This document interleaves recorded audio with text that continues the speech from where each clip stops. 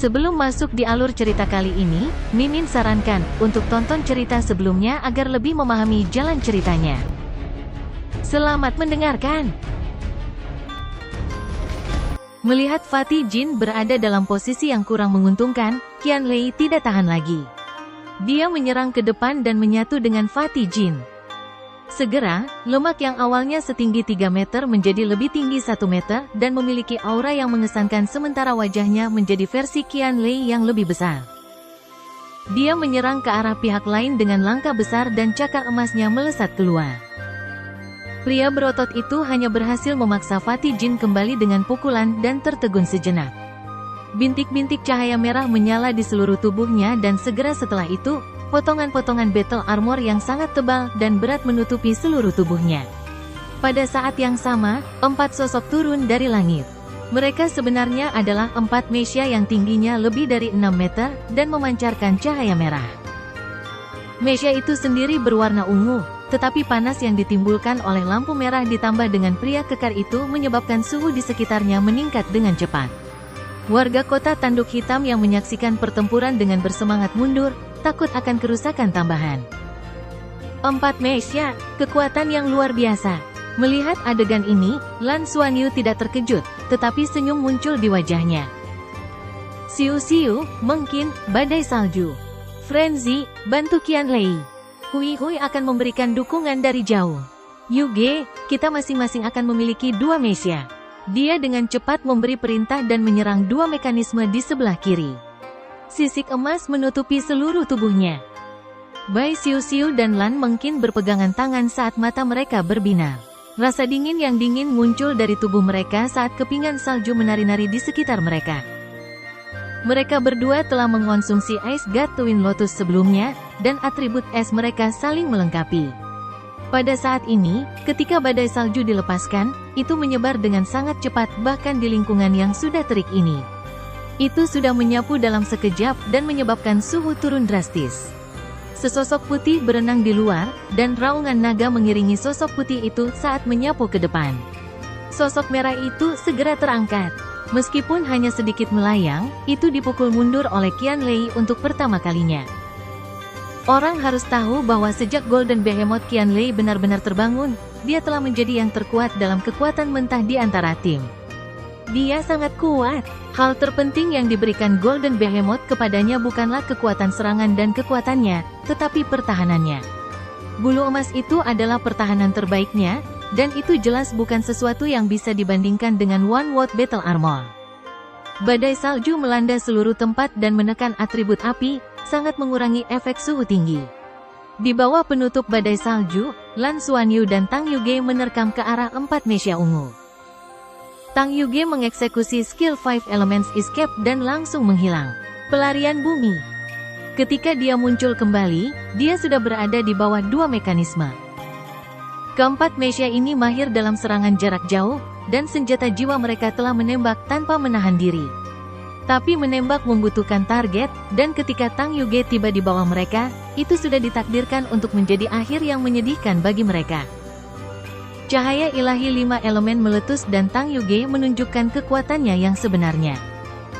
Earth Escape miliknya berubah menjadi Metal Escape dan saat dia muncul, dia menghilang sekali lagi. Setelah itu, cahaya 5 warna meledak dari dalam Mexia, disertai dengan ledakan keras. Api menyembur keluar dari dalam Mexia dan sosok Tang Yuge muncul, Fire Escape. Kombinasi dari skill 5 Elements Escape dan Grid 5 Elements Divine Light-nya hanyalah musuh dari Mexia. Dia menghancurkan Mexia hampir seketika. Dia menggunakan skill Earth Escape, Metal Escape, dan Fire Escape lagi. Selama Master Mexia tidak lebih kuat darinya, teknik kombonya tidak mungkin dilawan oleh Mexia. Sudah terlambat ketika Mexia ingin lepas landas. Itu sudah diserang oleh Tang Yuge dan mengakhiri pertempuran sekali lagi. Di sisi lain, Lan Xuanyu secara alami tidak memiliki kemampuan Tang Yuge, tetapi dia memiliki kemampuan yang kuat. Tubuhnya berkedip dan sisik emas di tubuhnya berubah warna. Warna pelangi berkedip-kedip dan berubah menjadi warna hijau. Seperti gumpalan asap, dia terbang menuju 2 Mexia dengan kecepatan yang sangat cepat. Ini adalah peningkatan kecepatan karena garis keturunan Dewa Naga. Sinar jiwa itu tidak dapat mengejarnya sama sekali dan langsung ditarik lebih dekat. Cahaya biru tua menyapu dan sebuah kokpit langsung terbelah, diikuti oleh yang berikutnya. Bagaimana Mesya Ungu bisa bertahan melawan Heavenly Secret Splitting Abyss Halberd yang bisa mengabaikan pertahanan? Kecepatannya menyelesaikan pertempuran hampir secepat Tang Yugu. Pilot dari 4 Mesya ini hanya memiliki kultivasi 4 cincin. Dihadapkan dengan kekuatan penuh kedua orang itu, mereka bahkan tidak memiliki kemampuan untuk melawan. Cincin jiwa ketujuhnya menyala seperti letusan gunung berapi saat nyala api meledak. Tubuh pria kekar itu mulai membesar dan tingginya lebih dari 7 meter dalam sekejap. Hal yang aneh adalah armor di lengan kanannya benar-benar melebar juga. Jiwa bela diri, raksasa api. Keterampilan jiwa ketujuh, avatar sejati jiwa bela diri. Itu sebenarnya adalah master jiwa dengan garis keturunan raksasa. Ini sangat jarang terjadi di Federasi Douluo. Garis keturunan raksasa ini tidak berasal dari planet Douluo. Adapun dari mana asalnya, Lan Xuanyu dan yang lainnya tidak tahu. Qianlei dikirim terbang dengan tendangan. Api yang berkobar meledakkan badai salju dan memblokir panah sambil juga mengirim Liu Feng terbang. Master Armor Pertempuran Dua Kata dan Soul Sage 7 Cincin telah melepaskan kekuatan penuhnya. Bagaimana dia bisa dibandingkan dengan Master Jiwa Jahat sebelumnya? Dia tiba-tiba mengayunkan lengan kanannya dan cahaya yang menyala-nyala meledak. Dia membuka telapak tangannya dan cahaya yang seperti matahari kecil melesat ke arah Lan Xuanyu. Lan Xuanyu segera merasakan bahaya yang fatal dan suhu di udara naik tajam. Tapi dalam keadaan transformasi Dewa Naga, dia tidak takut sama sekali. Cahaya pelanginya berkembang, dan pusaran garis keturunan di dadanya berputar dengan kecepatan tinggi. Tubuhnya berhenti sejenak, dan segera setelah itu, dia membuang Heavenly Secret Splitting Abyss Halberd di tangannya. Tubuhnya benar-benar bertentangan dengan prinsip inersia dan jatuh langsung ke tanah. Alasannya sangat sederhana. Ketika dia melompat kali ini, rumput perak biru bermotif emas telah terlempar keluar dan mendarat di tangan Qianlei. Dia menarik dengan keras dan secara alami mengubah arah. Sinar cahaya emas merah yang menyala-nyala ditembakkan dan langsung menutupi Halberd Abyss pemisah surgawi suci. Tetapi pada saat berikutnya, ekspresi pria kekar itu berubah. Dengan dentang, Heavenly Secret Splitting Abyss Halberd menembus lengan kanannya dan sampai ke bahunya. Mengabaikan pertahanan tidak berlebihan. Meskipun apinya kuat, itu tidak dapat memblokir ketajaman Halberd Abyss pemisah surgawi suci. Cahaya biru tua menyala, dan Halberd pemisah surgawi suci berubah menjadi bayangan cahaya dan bergabung kembali ke genggaman Lan Xuanyu. Pada saat ini, tim 7 Lan Xuanyu berdiri dalam garis lurus dan menghadapi pria bercincin 7 dengan pakaian rusak. Pada saat ini, para penonton di sekitarnya tercengang. Anak-anak yang terlihat seperti remaja ini sebenarnya menunjukkan kekuatan yang begitu kuat. Terutama proses menghancurkan keempat Mesya mereka terlalu cepat, sangat cepat sehingga sulit untuk dibayangkan. Dari mana kalian berasal? Pria kekar itu tidak terus menyerang dan malah menanyai mereka. Itu hanya karena kekuatan yang ditampilkan oleh orang-orang kecil ini terlalu kuat dan benar-benar melampaui tingkat kekuatan jiwa yang mereka pancarkan. Kelompok pemuda yang seharusnya tidak bisa mengancamnya ini justru memberinya rasa penindasan yang kuat. Orang harus tahu bahwa di kota tanduk hitam, di antara para elit 7 cincin, dia berada di peringkat teratas. Anak-anak keluarga mana mereka, menjadi begitu kuat? Tentu saja, dia tidak takut dengan anak-anak di depannya ini. Dengan mengandalkan kekuatan jiwanya yang kuat dan kekuatan pemulihan dari seorang bijak jiwa 7 cincin, dia yakin bahwa dia bisa mengalahkan para pemuda ini. Namun, orang-orang yang mendukung para pemuda ini adalah orang-orang yang benar-benar dia takuti. Lan Xuanyu berkata dengan dingin, "Toko Black Fang Anda memaksa penjualan kepada kami, jangan bilang Anda ingin memberitahu kami untuk tidak melawan." Pria paruh baya itu berada di ambang kematian dan cyborg lainnya dipukuli hingga berantakan. Bahkan tidak ada satu orang pun yang bisa keluar untuk menjelaskan. Karenanya, pria kekar itu tidak tahu apa yang sebenarnya terjadi. Ketika dia memikirkan cara toko biasanya melakukan sesuatu, dia sedikit bingung mengapa orang-orangnya sendiri akan memaksa penjualan pada anak-anak ini ketika mereka masih muda. Lalu mengapa kamu menghancurkan toko sejauh ini? Panggil orang tuamu. Kalau tidak, kalian semua akan mati. Pria kekar itu melirik ke arah toko implan Black Fang dan ekspresinya berubah jelek. Dia masih tidak tahu bahwa toko itu dijarah. Hanya melihat pemandangan di depannya sudah cukup untuk membuatnya marah. Kami masih belum tahu siapa yang akan mati. Qianlei mencibir. 3 sosok berubah menjadi aliran cahaya dan bergegas keluar dari toko, memasuki gerbang pemanggilannya dan menghilang. Pada saat berikutnya, ekspresi pria kekar itu berubah drastis karena dia tiba-tiba melihat meriam jiwa di tangan Qianlei dengan moncongnya mengarah ke belakang. Ledakan, bola meriam itu ditembakkan. Di belakangnya, ada ledakan hebat yang memenuhi langit dengan api. Itu diluncurkan. Ya, itu meledak. Penonton di sekitar mereka melarikan diri dengan panik. Bahkan di planet surga, ada sangat sedikit orang yang berani menggunakan senjata pemusnah massal di kota. Para pemuda ini benar-benar gila. Ini adalah sesuatu yang tidak akan pernah diizinkan oleh penguasa kota. Reaksi pertama pria kekar itu bukanlah kemarahan, tetapi melihat nyala api dan merasakan gelombang kejut. Dia tercengang. Dia tidak akan pernah berpikir bahwa seseorang akan benar-benar berani menembakkan meriam jiwa yang begitu kuat di Blackhorn Plaza. Orang harus tahu bahwa tempat ini tidak jauh dari kediaman penguasa kota. Ayo pergi, Lan Xuanyu berteriak saat dia melompat dan membawa rekan satu timnya ke samping. Dia telah mencapai tujuannya, terserah mereka untuk melihat apakah mereka akan mengikuti rencananya. Bajingan, kemana kamu lari? Pria kekar itu akhirnya bereaksi dan mengejar mereka. Lan Xuanyu tiba-tiba berbalik dan melemparkan Heavenly Secret Splitting Abyss Halberd lurus ke dadanya. Pria berotot itu telah mengalami teror senjata ini karena mampu mengabaikan pertahanan, dan sekarang dia telah meningkatkan kecepatannya, dia hanya bisa menghindar ke samping dengan panik. Dia kehilangan keseimbangan dan jatuh ke samping. Mengambil kesempatan ini, Blue Silver Grace melesat keluar dari tubuh Lan Xuanyu dan melilit rekan satu timnya. 7 dari mereka menyerbu menuju kota dengan kecepatan penuh. Pada saat ini, dari kediaman penguasa kota, banyak sosok telah melompat dan terbang dengan cepat. Seluruh Blackhorn Plaza berada dalam kekacauan karena ledakan besar tadi. Pria kekar itu bangkit dan hendak melanjutkan pengejaran ketika tiba-tiba, sesosok sosok menghalangi jalannya tanpa suara. Pada saat berikutnya, dia merasa pikirannya menjadi kosong dan penglihatannya berubah menjadi ungu. Kemudian, pedang tipis dibor ke dalam armor pertempuran 2 katanya, seperti ular berbisa. Ya, bahkan armor pertempuran 2 kata miliknya tidak mampu menghentikan pedang tipis itu. Dia mengerang dan berlutut di tanah, tidak lagi memiliki kemampuan untuk mengejar. Sosok itu melintas dan segera mengejar Lan Xuanyu. Saat Lan Xuanyu berlari, dia menghilangkan status transformasi Dewa Naga dari tubuhnya. Dia tidak bisa menunggu sampai transformasi Dewa Naga habis, jika tidak, dia akan segera menjadi lemah.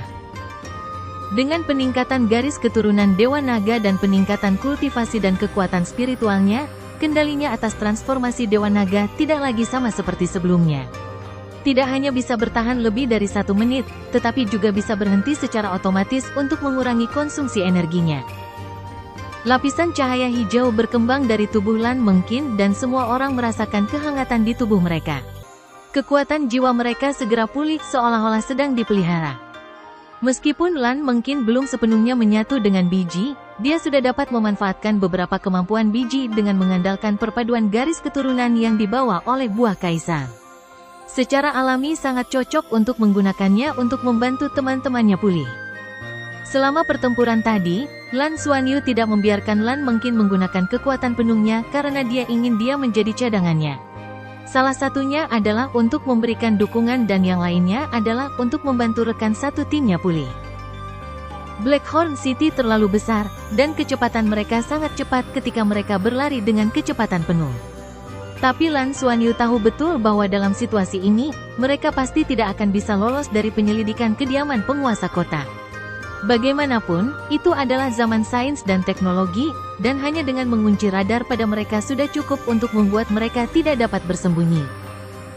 Di langit, sosok sudah mengejar mereka. Mereka adalah mesia hitam yang sangat cepat. Lan Xuanyu sangat pintar. Dia secara khusus mencari tempat di mana ada banyak orang. Hanya dengan melakukan itu, dia bisa mencegah mesia menyerang tanah. Tepat pada saat ini, sebuah suara bergema di telinganya, belok kiri. Belok kiri. Setelah mendengar suara ini, mata Lan Xuanyu bergerak dan dia dengan cepat memimpin timnya ke kiri saat mereka bertujuh menyerbu ke gang kecil. Tidak jauh di depan, sebuah mobil jiwa sudah menunggu di pintu masuk gang. Sosok yang familiar melambai pada mereka. Lan Xuanyu melompat ke kursi penumpang tanpa ragu-ragu dan yang lainnya dengan cepat naik ke kursi di belakangnya. Pintu tertutup dan mobil jiwa melaju kencang. Lan Xuanyu dapat dengan jelas merasakan fluktuasi energi khusus yang dilepaskan dari mobil jiwa.